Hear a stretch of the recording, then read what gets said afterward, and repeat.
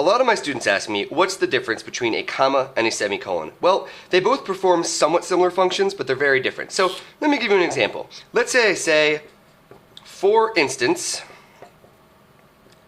I hate cheese. Alright, what a comma does is it separates an incomplete clause from a complete clause. And here's how you know what an incomplete and a complete clause is. It's something called the insanity test. For instance is not a complete sentence. If you walked up to someone and said, hey, how's it going? For instance, they'd be like, okay, yeah. For instance, what? Not complete. Whereas this guy is complete. I hate cheese. You can do it in the other order too. So you can say, I hate cheese, but I love sushi.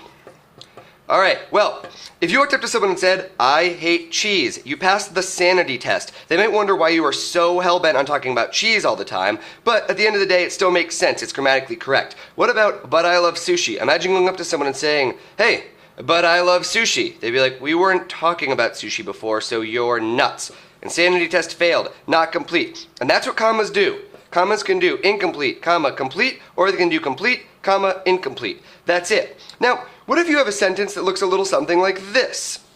Let me do a little bit of clearing here, clear my palette. Alright, now we have, I love sushi, but you say, I hate cheese. Alright, well the problem here is that this is what's called a comma splice. This is no bueno. Not allowed. You have two full sentences that are separated by a comma, and that is not allowed according to the SAT gods or the grammar gods in general. So, you wonder, how do I connect two full sentences like this grammatically? Here's how.